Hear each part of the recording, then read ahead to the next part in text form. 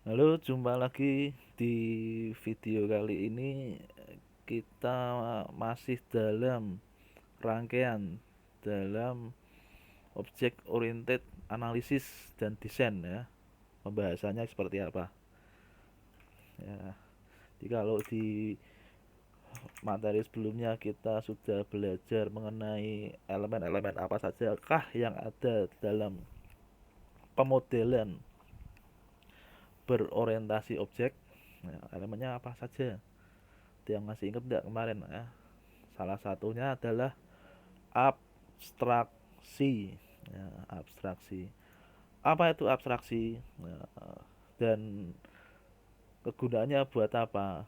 Kegunaannya buat apa ya? Akan kita bahas di materi kali ini ya, mengenai arti abstraksi. Ya, jadi abstraksi ini termasuk bagian elemen mayor ya, elemen utama dalam pendekatan model berorientasi objek pertama malahan ya, kelas nomor satu nih elemen ya. The meaning of abstraction ya, abstraksi adalah cara yang mendasar sebagai manusia untuk menggambarkan kompleksitas. Jadi kalau cara dasar ya, cara sederhana untuk mengatasi kompleksitas ya, keruwetan, caranya menggunakan abstraksi. Contohnya gimana sih? Ya, contohnya itu kayak misalkan kita melihat sebuah gedung, bangunan.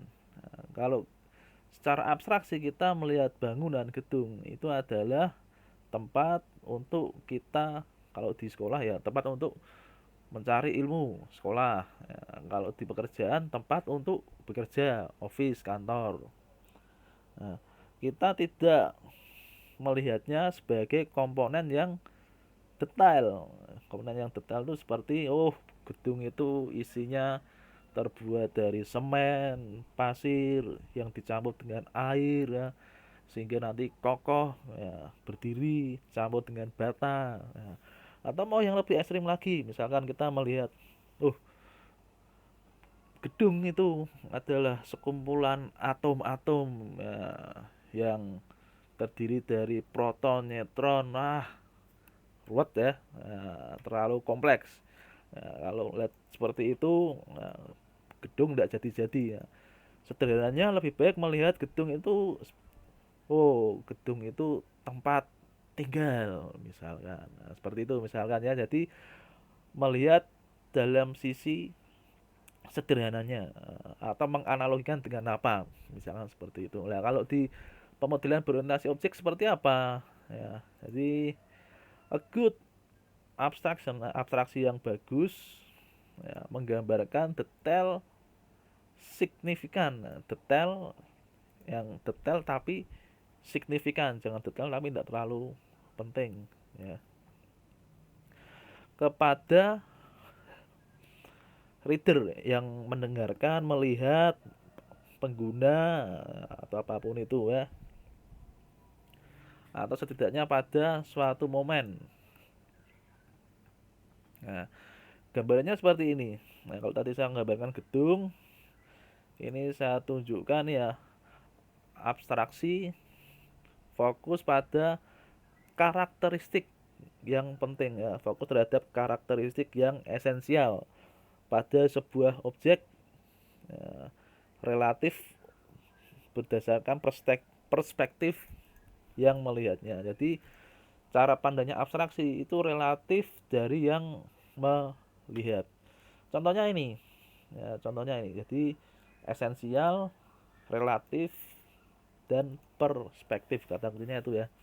Ini ada kucing nih, kucing dilihat oleh dua orang para seniornya, ibu-ibu ya. Ibu yang pertama melihat kucing ini seperti, karena kucing berbulu ya, kucing berbulu, ini seperti yang bentuknya bola, bola ada bulu-bulunya. Ya, kalau dilihat seperti ini ya gambarannya ya. Bisa ditepuk-tepuk ya ini ya. Ini ibu yang pertama. Tapi ibu yang kedua ini ya, karena mungkin dia pendidikannya lebih baik, lulusan dari jurusan biologi misalkan, melihat kucing, dia langsung mengabstraksikannya, oh ini berarti makhluk hidup yang ada hati, ya, jantung, perut, ya, tulang-tulangannya digambarkannya seperti ini. Jadi apakah yang dilihat ibu yang kedua ini betul? Kalau dari sisi ibu yang pertama, wah kamu terlalu rumit itu. Ya. Kalau yang ibu yang pertama ini abstraksinya dijelaskan ke ibu kedua ngomong, wah itu kurang tepat. Nah, jadi tergantung perspektif dari orang yang melihatnya ya, relatif. Ya, relatif ya, relatif dari segi perspektif yang melihatnya. Ya, ini ada beberapa macam abstraksi, ya, ada entity abstraksi, action, virtual motion abstraction, coincidental abstraction, ya. Apa ini ya, makanan apa ini ya.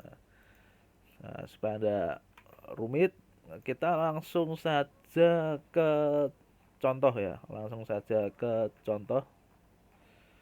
Nah, contoh misalkan ada tanaman hidroponik ya. Tanaman hidroponik ini, hidroponik itu apa sih? Tanaman yang ditanam tanpa menggunakan without sand, ya, tanpa menggunakan tanah. Nah, untuk menanam hidroponik ada beberapa faktor yang harus dikontrol, nah, seperti temperatur, ya, suhu, kelembaban, cahaya, keasaman, ya, nutrisi, konsentrasi, ya, pupuk mungkin ya. Nah, pada pertanian yang besar, ya, biasanya sudah menggunakan sistem otomasi. Sistemnya tuh gunanya untuk apa? Memonitor secara konstan dan mengatur elemen-elemen tersebut. Yang diatur elemennya apa ini ya? Elemennya ya temperatur, humidity dan lain sebagainya. Ini yang dimaksud elemen yang akan diatur. Ya, ya. Nah, pada untuk menyederhanakannya, ya, sistem otomasinya ini adalah untuk mengefisiensikan, ya, dari pengaturan tadi tanpa,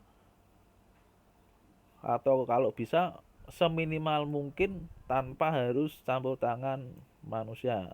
Nah, jadi bagaimana tidak usah dirawat oleh manusia, manusia tidak terlalu repot, tapi tanaman hidroponiknya tetap tumbuh dan tumbuhnya tetap tumbuh sehat. Nah, bahkan kalau bisa bertambah, multiple crop. Nah, ya, jadi dari sini kalau dilihat kan salah satu kunci dari abstraksinya, dari problem di situ, kita bisa menggunakan makhluk yang namanya sensor. Nah, sensor itu ada banyak ya, karena tadi elemennya ada banyak, ada temperatur, humidity, ya, kelembaban, cahaya, pH. Maka sensornya tuh juga butuh bermacam-macam. Misalkan sensor temperatur bisa pakai AM35, kemudian bisa pakai sensor cahaya UV-tron ya, atau kemudian sensor pH ada lagi ya, sensor kelembaban ada lagi, beda-beda ya. Nah, kita harus memiliki sensor terhadap air juga ya, ini dijelaskan ya, dan sensor-sensor yang lain ya. Kemudian dari luar ya, dari luar, sudut pandang luar tentu bertanya, apa itu temperatur, apa itu suhu udara, yang dimaksud suhu udara, apa itu yang dimaksud lokasi, ya, apa tanggung jawab sensor, suhu. Operasi apa yang akan dilakukan manusia untuk terhadap sensor temperatur. Nah, jadi kalau sudah dapat sensornya apa, dapat sensornya terus dapat data dari sensornya terus datanya mau diapakan. Ya, keputusan apa yang akan diambil. Ya, ini yang sederhananya. Yang pertama, keputusan yang diambil adalah mengkalibrasi terhadap suhu yang ada. Nah, jadi kalau digambarkan, nah, jadi ini ceritanya abstraksi yang pertama sensor semi otomatis ya. Nah, atau kalau di sini dijelaskan sensor ini pasif. Ya, abstraksinya menggunakan pasif. Maksudnya pasif gimana? Jadi abstraksinya temperatur sensor, nah, sensor suhu, nah, karakteristiknya apa? Ada nilai suhunya, kemudian ada lokasinya. Lokasinya ditaruh di mana sensor suhunya ini? Nah, tentunya kalau ditaruh di tempat yang berhadapan langsung dengan cahaya matahari dan tempat yang sensornya diletakkan di daerah yang jauh kan suhunya akan berbeda. Kemudian responsibility, tanggung jawabnya untuk apa? Melaporkan suhu udara sekarang, kemudian mengkalibrasi. Nah, yang dimaksud pasif, jadi ketika sudah mendapat laporan dari sensor ini, oh di tempat ini suhunya 30 derajat. Nah, maka yang dilakukan apa? Mengkalibrasi. Mengkalibrasi itu apa? Bisa, oh karena terlalu panas, maka ditambahkan air ya, supaya tidak terlalu panas. Misalkan seperti itu. Nah, yang melakukan kalibrasi ini masih manual, belum otomatis ya. Nah, ini yang nama dinamakan pasif ya. Abstraksi dari sensor suhu. Nah, wah, berarti kalau yang pasif ini berarti manusia masih diperlukan dong, belum otomatis dong. Nah, ya kalau gitu kita buat yang otomatisnya. Tapi kalau mau otomatis atau dalam hal ini dinamakan aktif, maka abstraksinya sedikit lebih complicated, nah, lebih ribet daripada yang pasif. Nah, ribetnya gimana? Kalau sebelumnya kan biasa saja temperatur sensor, kalau di sini ada tambahannya nih, aktif. Abstraksinya aktif. Nah, important karakteristiknya apa? Ada tambahan selain temperatur dan location, ada set point. Nah, kemudian responsibility-nya selain melaporkan current temperatur, suhu yang sekarang dan kalibrasi, ada tambahannya. Tambahannya establish set point. Ya, jadi bagaimana caranya ketika suhunya tidak sesuai dengan temperatur yang diatur set point ini, bagaimana caranya untuk membuat supaya mencapai angka yang sesuai yang di set point ini. Caranya entah itu dikasih tutup otomatis, entah itu disemprot air. Nah, itu ya. Itulah yang dinamakan abstraksi aktif temperatur sensor. Nah, kemudian ada elemen lagi yang ingin kita coba abstraksi ya, yaitu yang namanya growing plan ya, growing plan. Nah, kalau tadi permasalahan apa nih, tadi kok kita bisa berbicara mengenai temperatur sensor ya. Nah, jadi kita berbicara mengenai pengaturan satu elemen suhu ya, suhu. Nah, sekarang kita berbicara kalau suhunya sudah diatur, bagaimana supaya ya, pertumbuhannya juga bagus. Nah, supaya pertumbuhannya bagus, kita butuh abstraksi lagi yang namanya growing plan. Ya, growing plan. Apakah growing plan bisa dijadikan satu dengan abstraksi yang sebelumnya? Ya, enggak ya, beda ya, dibedakan. Nah, karena tanggung jawabnya berbeda. Berbeda. Maka dari itu dibuat abstraksi sendiri, different abstraction. Contohnya plan controller. Nah, ini sudah masuk controller nih, ya, seperti MVC ya.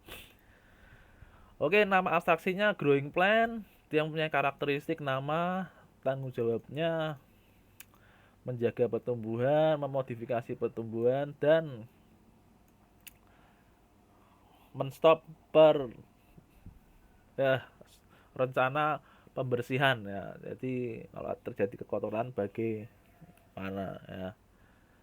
Jadi di sini ada related candidate abstraction, crop condition plan controller.